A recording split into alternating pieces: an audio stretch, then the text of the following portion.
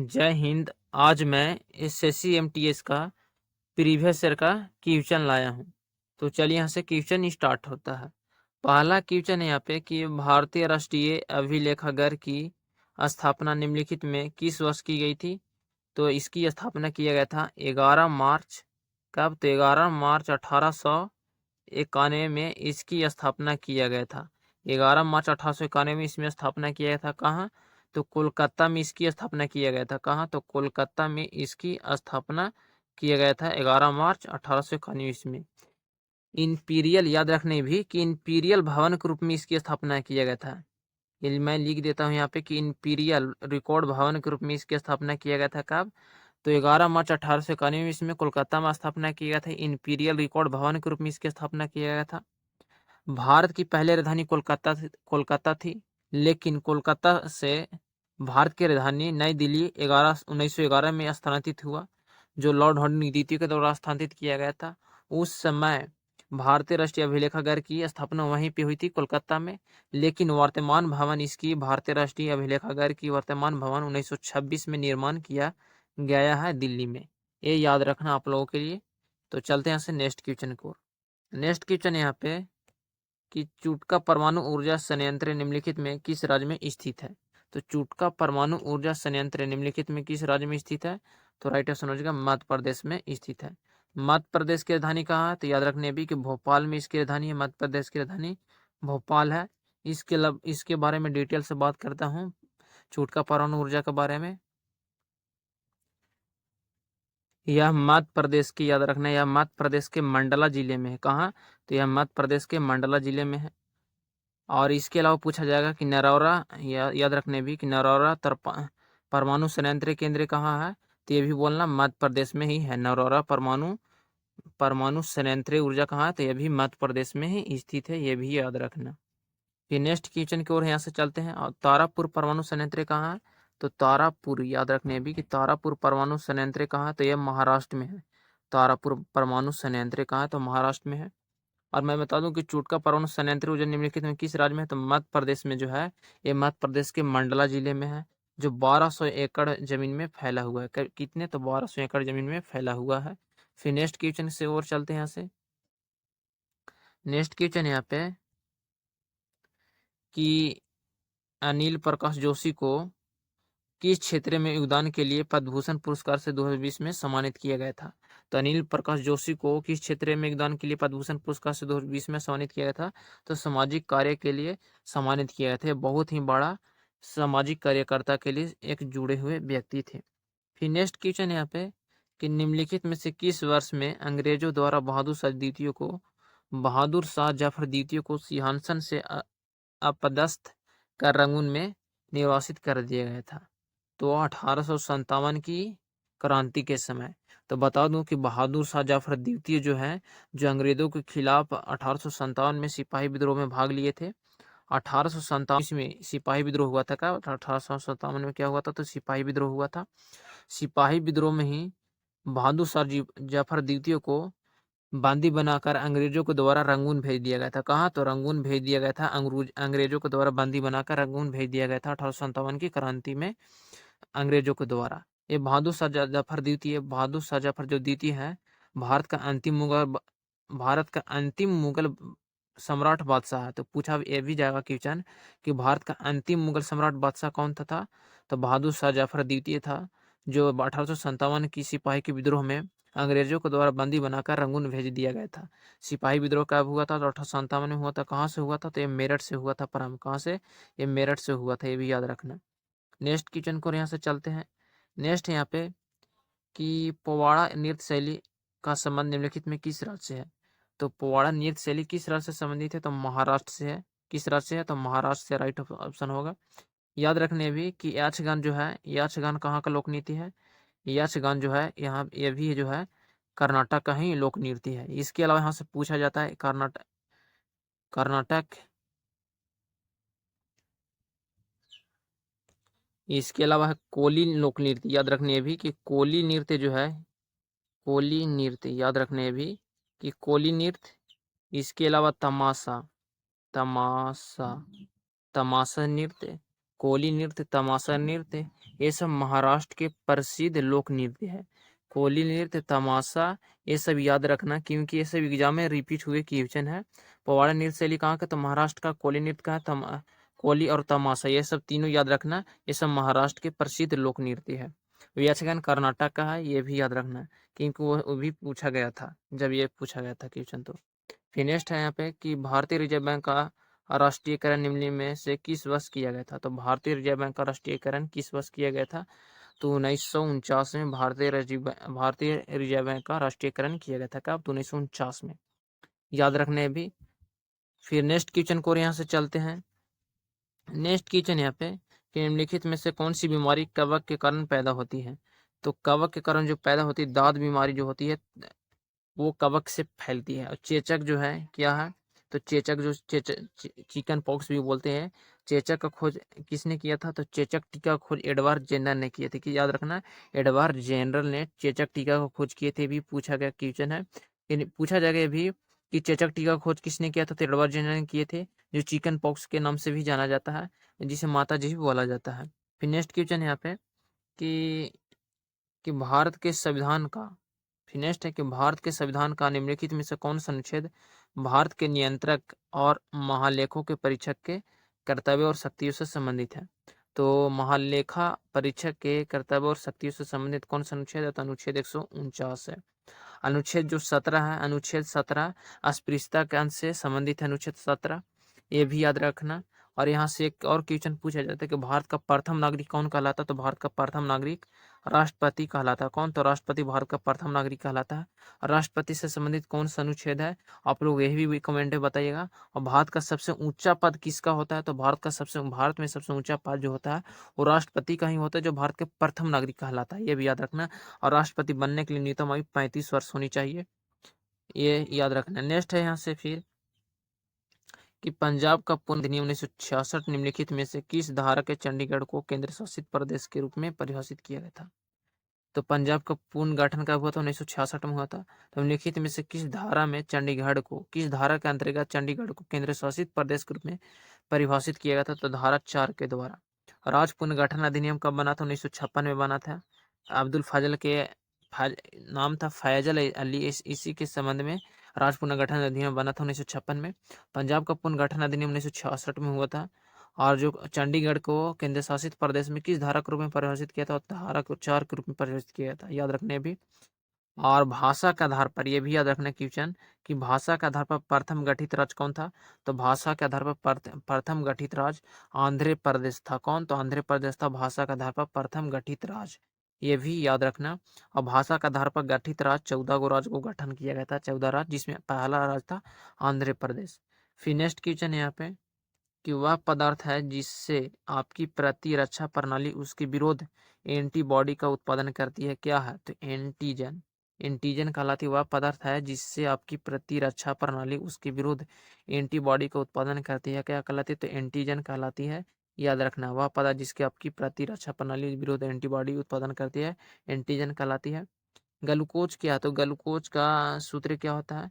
ये भी याद रखना, C6H12O6 ग्लूकोज का सूत्र है, जिसे फ्रैक्टोज भी बोला जाता है, याद रखना। ग्लूकोज का सूत्र C6H12O6 होता है, ये सूत्र है। ग्लूकोज कहलाता है, ग्लूकोज हेक्सोज का पुराना, ग्लूकोज को ही सुक्रोज बोला जाता है, याद रखना। प्लेट प्लेट प्लेट प्लेटलेट्स क्या है? तो आप लोग जरूर बताइएगा। प्रोटीन, प्रोटीन सबसे ज्यादा किस में पाया जाता है? तो प्रोटीन सबसे ज्यादा दाल में पाया जाता है। फिर नेक्स्ट क्वेश्चन यहाँ से अग्रसर करते हैं। नेक्स्ट है यहाँ पे कि निम्नलिखित में से किस तारीख को अंतर्राष्ट्रीय बाघ दिवस के रूप में मनाया जाता है? तो कि निम्नलिखित में किस तारीख को अंतर्राष्ट्रीय बाघ दिवस के रूप में मनाया जाता है? तो 29 जुलाई को अंतर्राष्ट्रीय बाघ दिवस के रूप में मनाया जाता है। फिर यहाँ से और भी क्वेश्चन 2 को पूछा गया था कि अंतर्राष्ट्रीय महिला दिवस कब मनाया जाता है? तो अंतर्राष्ट्रीय महिला दिवस 8 मार्च को मनाया जाता है। कब? तो 8 मार्च को। अंतर्राष्ट्रीय मजदूर दिवस कब मनाया जाता है? तो 1 मई को अंतर्राष्ट्रीय मजदूर दिवस मनाया जाता है। फिर यहाँ से और पूछा जाता है कि विश्व पर्यावरण दिवस कब मनाया जाता है? तो 5 जून को, याद रखना। विश्व पर्यावरण दिवस 5 जून को मनाया जाता है, विश्व पर्यावरण दिवस। ये सब चारों जो इम्पोर्टेंट फैक्ट है मैं बताता चल रहा हूँ, ये सब याद रखना है, ध्यान में रखिएगा। फिर नेक्स्ट है यहाँ पे कि निम्नलिखित में कौन सा भूटान का सबसे ऊंचा पर्वत है? तो भूटान का सबसे ऊंचा पर्वत क्या है?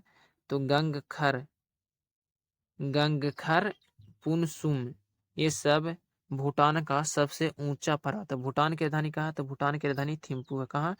तो याद रखना भूटान की राजधानी थिम्पू। कहाँ? तो भूटान की राजधानी एक थिम्पू है।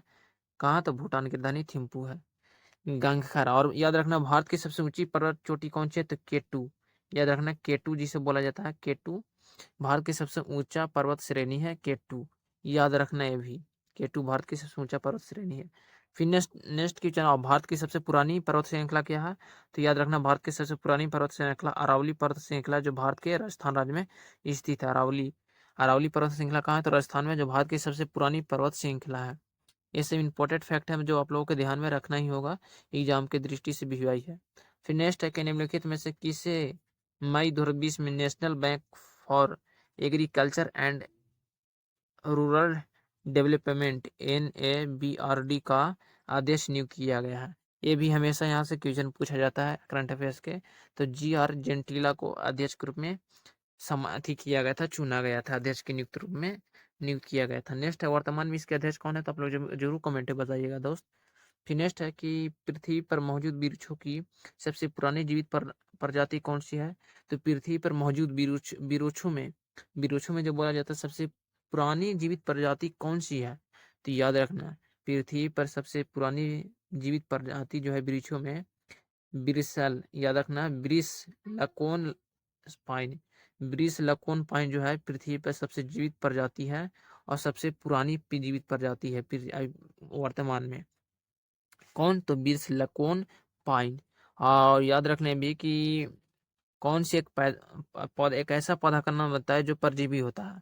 तो याद रखना परजीवी पौधा का नाम है कीटभाक्षी। कीटभाक्षी याद रखने भी, कीटभाक्षी पौधा जो होता है मृतजीवी पौधा नहीं, ये परजीवी पौधा के अंतर्गत आता है। एक ऐसा पौधा का नाम बताया जो परजीवी है, तो कीटभाक्षी का पौधा एक परजीवी पौधा का उदाहरण हो जाता है, ये भी याद रखना। और जो पौधे होते हैं स्वयं अपने प्रकाश संश्लेषण के द्वारा अपने भोजन ग्रहण करते हैं, ये भी याद रखना। नेक्स्ट है यहाँ पे कि अगस्त 2020 की स्थिति के अनुसार भारत सरकार के मुख्य आर्थिक सलाहकार कौन थे? तो अगस्त 2020 की स्थिति के अनुसार भारत के सरकार के मुख्य आर्थिक सलाहकार कौन थे? तो कृष्णमूर्ति सुब्रमण्यन थे, ये भी याद रखना। मैं और भी एक आप लोगों को इम्पोर्टेंट बात बताना चाहता हूँ कि आप लोग लिंक डिस्क्रिप्शन में या वीडियो को आप लोग नीचे स्क्रॉल करके देखिएगा। मैं वीडियो जो बनाऊंगा इसे देखने के बाद आप लोग SSC SHS को जितने भी एग्जाम हुए हैं उतना आप लोग देख लीजिएगा, तो उससे में से भी आप लोगों को एक से ज़्यादा क्वेश्चन आप लोगों के एग्जाम में देखने को मिलेगा। SSC MTS के एग्जाम में पूछे जाएंगे वहीं से। तो अगस्त 2020 की स्थिति के अनुसार भारत सरकार के मुख्य आर्थिक सलाहकार कौन थे? तो कृष्णमूर्ति सुब्रमण्यन थे। फिर नेक्स्ट है यहाँ पे कि who among the following is the author of विशेष कोड टू बीन, किसने जीता? तो विशेष टू कोड बीन किसने जीता है? तो याद रखना निरुपमा यादव। कौन? तो निरुपमा यादव जीते हैं विशेष कोड टू बीन, निरुपमा यादव। नेक्स्ट है यहाँ पे कि पिछोल झील निम्नलिखित में किस राज्य में स्थित है? तो पिछोल झील निम्नलिखित में किस राज्य में स्थित है? तो राजस्थान राज्य में स्थित है पिछोल झील, याद रखना है ये भी। और यहाँ से और भी याद रखना, मैं बता रहा हूँ इंपॉर्टेंट फैक्ट है राजस्थान के बारे में। ये राजस्थान के बारे में यहाँ से पूछा भी जाता है। भारत का जो क्षेत्रफल की दृष्टि से सबसे बड़ा राजस्थान है, राजस्थान जो है क्षेत्रफल की दृष्टि से भारत का सबसे बड़ा राज्य है, याद रखने भी इंपॉर्टेंट फैक्ट है। जो भारत का सबसे बड़ा ऊँट का मेला लगता है, याद रखना ऊँट का मेला, भारत का सबसे बड़ा ऊँट का मेला कहाँ लगता है? तो राजस्थान के पुष्कर में लगता है, याद रखने भी। तो कहाँ? राजस्थान के पुष्कर में लगता है। भारत का सबसे बड़ा ऊँट मेला कहाँ लगता है? तो राजस्थान राज्य के पुष्कर में लगता है, याद रखना। एशिया का सबसे बड़ा पशु मेला कहाँ लगता है? तो सोनपुर, याद रखना। एशिया का सबसे बड़ा पशु मेला कहाँ लगता है? तो सोनपुर के बिहार में लगता है। कहाँ? तो सोनपुर के बिहार में लगता है एशिया का सबसे बड़ा पशु मेला। और भारत का सबसे बड़ा ऊँट मेला राजस्थान के पुष्कर में लगता है। जो क्षेत्रफल के दृष्टि से भारत का सबसे बड़ा राज्य है राजस्थान। और इसके अलावा ये भी याद रखना कि भारत का सबसे बड़ा रेगिस्तान है थार, जो भारत का राजस्थान राज्य में ही स्थित है। भारत का सबसे बड़ा रेगिस्तान थार में राजस्थान राज्य में ही स्थित है, ये सब याद रखना। और भारत की सबसे बड़ी मीठे पानी वाली झील कौन सी है? तो भारत की सबसे बड़ी मीठे पानी वाली झील बूलर झील है, याद रखना। बूलर बूलर झील जो है भारत की सबसे बड़ी मीठे पानी वाली झील है, जो भारत के जम्मू कश्मीर राज्य में स्थित है, याद रखना। भारत की सबसे बड़े खारे पानी वाली झील कहाँ है? तो भारत की सबसे बड़े खारे पानी वाली झील आप लोग बताइएगा कौन सी झील है, ये भी याद रखना है, और दोनों इंपॉर्टेंट फैक्ट है। फिर नेक्स्ट है यहाँ पे कि विश्व कप विजेता गोलकीपर, या क्वेश्चन क्या है यहाँ पे कि विश्व कप विजेता गोलकीपर इकर कैलिसलास, याद रखना, इकर कैसिलास ने अगस्त 2020 में फुटबॉल के संन्यास लेने की घोषणा की थी। निम्नलिखित में किस देश से संबंधित है? तो स्पेन देश से संबंधित है। कौन? तो गोलकीपर के रूप में विश्व कप विजेता थे। गोलकीपर एक गोलकीपर के रूप में खेला करते थे। इकर कैसिलास ने अगस्त 2020 में फुटबॉल से संन्यास लेने की घोषणा की थी। तो किस देश से संबंधित था? स्पेन से संबंधित थे। फिर नेक्स्ट है यहाँ पे कि ओसीडी का पूर्ण रूप क्या है? तो ओसीडी का पूर्ण रूप क्या है? तो आप लोग जरूर बताइएगा कि ऑस ऑब, याद रखना है, obsessive obsessive compulsive compulsive obsessive compulsive disorder, याद रखना क्या नाम है? तो ऑब्सेसिव कंपल्सिव डिसऑर्डर नाम है इसका। ओसीडी का पूर्ण नाम क्या है? तो ऑब्सेसिव कंपल्सिव डिसऑर्डर नाम है। याद यहाँ से एक फिर और क्वेश्चन पूछा जाता है, ओबीसी का पूरा नाम क्या है? तो ओबीसी का पूरा नाम क्या है? तो अदर बैकग्राउंड क्लासेस क्लासेस हुआ है। अदर बैकग्राउंड क्लासेस इस ओबीसी का पूरा नाम होता है, ये भी याद रखना। फिर नेक्स्ट यहाँ पर कि नवना पर्व का संबंध निम्नलिखित में किस देश से है? तो नवना पर्व का संबंध निम्नलिखित में किस देश से है? तो बांग्लादेश से संबंधित है नवना पर्व। हाल ही में मनाया गया एक और सा पर्व है, जो कौन सा, आप लोग को फेस्टिवल याद करके जाना होगा। एग्जाम की तैयारी कर रहे हैं अगर एमटीएस के, तो फेस्टिवल से हमेशा हर शिफ्ट में 1 या 2 नंबर के एग्जाम में पूछा जाता है। लोक नृत्य से पूछा जाता है, और स्टैटिक जीके और इंडियन जीके वर्ल्ड जीके पूछे जाते हैं एसएससी के एग्जाम में। तो आप लोग तैयारी जोरदार से कीजिएगा। तो नवना पर्व का संबंध बांग्लादेश से है। और ऐसे भी पूछा जा सकता है कि यक्षगान किस देश का लोक नृत्य है?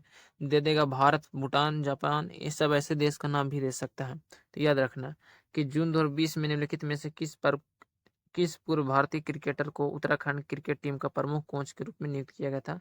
तो वसीम जाफर को नियुक्त किया गया था। किसे? तो वसीम जाफर को। फिर नेक्स्ट यहाँ पे कि कॉफली, याद रखना, कॉफली निम्नलिखित में से किस राज्य का एक स्वादिष्ट व्यंजन है? तो कॉफली किस राज्य का एक विशिष्ट व्यंजन है? तो उत्तराखंड का। उत्तराखंड की राजधानी कहाँ? तो देहरादून में है, ये भी याद रखना।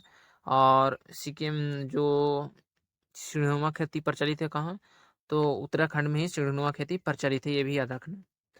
भारतीय विश्वविद्यालयों की स्थापना किस वर्ष की गई थी? तो भारतीय विश्वविद्यालयों की स्थापना 1902 में किया गया था, ये याद रखना। भारतीय विश्वविद्यालय की स्थापना। विश्व का सबसे प्रथम विश्वविद्यालय कौन था? विश्वविद्यालय याद रखना कौन सा? तो तक्षशिला, पे लिख देता हूँ, तक्षशिला विश्वविद्यालय। तक्षशिला विश्वविद्यालय का पहला विश्वविद्यालय था। भारत का प्रथम विश्वविद्यालय कौन सा? तो तक्षशिला विश्वविद्यालय था। इसकी स्थापना किसने की थी? तो देखिए, नालंदा विश्वविद्यालय की स्थापना कुमार गुप्त ने किए थे, जो भारत का प्राचीन विश्वविद्यालय है नालंदा विश्वविद्यालय, जो इसकी जो शकरादिति के नाम से भी प्रसिद्ध था, जो बौद्ध धर्म से संबंधित था। तक्षशिला विश्वविद्यालय का स्थापना किसने किया था? तो चंदेल के तक्षशिला विश्वविद्यालय की जो स्थापना की थी किसने? तो तक्षशिला विश्वविद्यालय का स्थापना भारत ने किए थे। किसने? तो भारत तक्षशिला विश्वविद्यालय का स्थापना किए थे, याद रखने भी, जो भारत के विश्व के सबसे प्रथम विश्वविद्यालय था। और विश्वविद्यालयों की स्थापना 1902 में हुआ था। नेक्स्ट है यहाँ पे कि भारत की प्रथम महिला कमांडो प्रशिक्षक निम्नलिखित में कौन थी? तो भारत की प्रथम महिला कमांडो प्रशिक्षक निम्नलिखित में कौन थी? तो डॉक्टर शिवा राव। डॉक्टर शिवा राव भारत की प्रथम महिला कमांडो प्रशिक्षक निम्नलिखित में बनी थी, जो डॉक्टर शिवा राव है। नेक्स्ट है यहाँ पे कि सितंबर 2020 की स्थिति के अनुसार महाराष्ट्र लोकसभा की सदस्यों की संख्या कितनी है? तो 48 थी। भारत में सबसे ज्यादा लोकसभा सीटों वाली कौन सी राज्य है? तो आप लोग जरूर बताइएगा कि भारत में सबसे ज्यादा लोकसभा वाली सीटों की संख्या कौन सा राज्य है? तो सितंबर 2020 के अनुसार महाराष्ट्र में लोकसभा की सदस्यों की संख्या कितनी थी? तो 48 थी। नेक्स्ट है यहाँ पे कि भारत में लोकसभा के वर्तमान में कितने सदस्य हैं? वो भी कमेंट में बताइएगा। मैं ऑप्शन भी देता हूँ, 245, 245, 250, 266, इतने से ज़्यादा नहीं हो सकते हैं। आप लोग कमेंट में जरूर बताइएगा। नेक्स्ट है यहाँ पे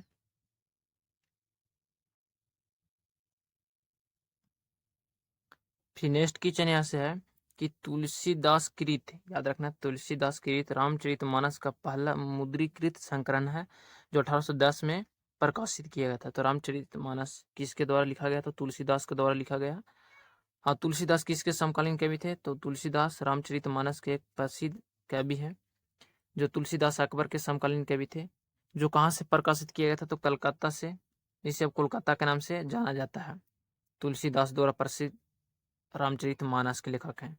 इसके अलावा हनुमान चालीसा के लेखक कौन है? याद रखनी है भी कि हनुमान चालीसा जो आप लोग जानते हैं, ये हनुमान चालीसा के लेखक कौन है? तो हनुमान चालीसा के लेखक भी तुलसीदास है। हनुमान अष्टक याद रखने भी, हनुमान अष्टक के लेखक कौन है? तो हनुमान अष्टक के भी लेखक कौन है? तो तुलसीदास है। रामचरितमानस, हनुमान चालीसा, हनुमान अष्टक, कविता वाली, ये भी याद रखना है। कविता वाली के लेखक कौन है? तो तुलसीदास ही लेखक है। ये सब किसके रचयिता है? हनुमान अष्टक, हनुमान चालीसा, हनुमान अष्टक, कविता, रामचरितमानस के लेखक कौन है? तुलसीदास द्वारा ये सब रचित प्रमुख ग्रंथ है। ये रामचरितमानस तुलसीदास द्वारा रचित है। तुलसीदास का जन्म कब हुआ था? तो 1543 में राजापुर बादा उत्तर प्रदेश में हुआ था। तुलसीदास कहाँ के थे? उत्तर प्रदेश के थे। और इनका मृत्यु कब हुआ था? तो मृत्यु हुआ था 1623 में। कब हुआ था? तो 1623 में इनकी मृत्यु हो गई थी। ये भी याद रखना।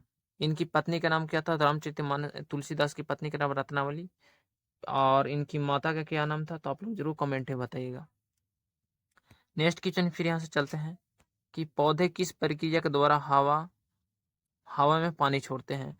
तो पौधे किस प्रक्रिया के द्वारा हवा में पानी छोड़ते हो? ऑस्पोसर्जन क्रिया के द्वारा पौधे हवा में पानी छोड़ते हो, ऑस्पोसर्जन की क्रिया के द्वारा। नेक्स्ट है यहाँ पे कि निम्नलिखित में किस विकलांग को गलत तरीके से युग्मित किया गया है? तो संतरा को अमरूद को तेलंगाना से, संतरा के विकलांग को गलत युग्मित किया गया। ये सब क्वेश्चन मुझे। फिर नेक्स्ट है यहाँ पे देखिएगा कि मांडो किस राज्य का लोकगीत का एक रूप है? तो मांडो किस राज्य का लोकगीत का एक रूप है? तो गोवा का। तो गोवा किस राज्य का एक मांडो एक प्रसिद्ध लोकगीत के रूप में चुना गया? तो गोवा को। यहाँ पे देखिए क्वेश्चन यहाँ था कि निम्नलिखित में से किस विकलांग को गलत तरीके से युग्मित किया गया है? तो यहाँ पे चुनना है कि सांतरा देखिए सांतरा का जो संबंधित है वो नागपुर से संबंधित तो सही है। केला का संबंध जो केरल से सही है। सेब का संबंध जो हिमाचल प्रदेश सही है, लेकिन अमरूद का संबंध तेलंगाना से नहीं है, गलत रूप से युग्मित या मिलान किया गया है, तो ये गलत है। चौथा, पांचवा का ऑप्शन डी होगा। नेक्स्ट है मांडो किस राज्य का लोक नृत्य? तो गोवा के प्रसिद्ध है। इसके अलावा नेक्स्ट है कि खिलजी राजवंश ने कब से कब तक दिल्ली पर शासन किया था? तो खिलजी राजवंश ने 1290 से कब से? तो 1290 से 1320 ईस्वी तक दिल्ली पर शासन किए थे। फिर नेक्स्ट है यहाँ पे कि जम्मू कश्मीर में पुरातात्विक महत्व स्थल निम्नलिखित में कौन सा था? तो याद रखना जम्मू कश्मीर में पुरातात्विक महत्व स्थल निम्नलिखित में कौन सा था? बुर्ज होम जम्मू कश्मीर के पुरातात्विक महत्व स्थल है, बुर्ज होम। ये भी याद रखना। जम्मू कश्मीर के इतिहासों के बारे में उल्लेख करने वाला कौन था? तो जम्मू कश्मीर के इतिहासों को उल्लेख करने वाला कल्हण था। याद रखना कौन? तो कल्हण जम्मू कश्मीर के इतिहासों के बारे में उल्लेख किया था। किस पुस्तक में? तो अपनी पुस्तक राजा तागनी पुस्तक में जम्मू कश्मीर के इतिहासों को उल्लेख किया था बुर्ज होम। बुलर झील भी जम्मू कश्मीर राज्य में स्थित है, जो भारत के सबसे बड़े मीठे पानी वाली झील है। नेक्स्ट यहाँ पे डाल्टन परमाणु सिद्धांत के अनुसार, डाल्टन के परमाणु सिद्धांत के अनुसार परमाणु को बनाने के लिए लघु पूर्ण संख्याओं के अनुपात में संयोजित किया जाता है। तो यौगिकों के रूप में संयोजित किया जाता है। यौगिक क्या किसे बोलते हैं? तो दो या दो से अधिक पदार्थों को एक निश्चित अनुपात में मिलाने पर जो पदार्थ बनता है उन्हें हम यौगिक कहते हैं। दो या दो से अधिक पदार्थों जैसे जल प्लस और हाइड्रोजन प्लस O2 को तो मिलाते हैं तो क्या बनेगा? तो H2O बनेगा। क्या बनेगा? तो जल। क्या बनेगा? जल बनेगा। यहाँ पे जल बन गया, जिसमें देखिए हाइड्रोजन का 2 अनुपात है, देखिए हाइड्रोजन के 1 अनुपात है, ऑक्सीजन को 2 अनुपात है। तो यहाँ पे देखिएगा पूछा जाएगा कि यहाँ पे कितने कितने अनुपात का मिश्रण है? तो 1:2 का, यहाँ पे 2:1 का मिश्रण हो जाएगा। नेक्स्ट यहाँ पे ब्रह्मपुत्र नदी के बारे में लिखित में कौन सा कथन गलत है? यह भारत के अरुणाचल प्रदेश प्रवेश करते जहाँ दिबांग कहा जाता है, ये गलत है। फिर नेक्स्ट यहाँ पे कि कोयले का जलना निम्नलिखित में किस अभिक्रिया का उदाहरण है? तो कोयले का जलना अभिक्रिया उदाहरण है संयोजन अभिक्रिया को।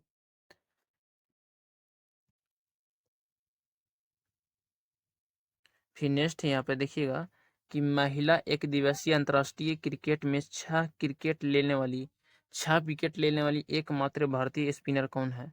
तो महिला एक दिवसीय, याद रखना, महिला एक दिवसीय अंतर्राष्ट्रीय क्रिकेट में जो होता है उसमें 6 विकेट लेने वाली एकमात्र भारतीय स्पिनर कौन सी है? तो दीपिका शर्मा। कौन? तो दीपित शर्मा है।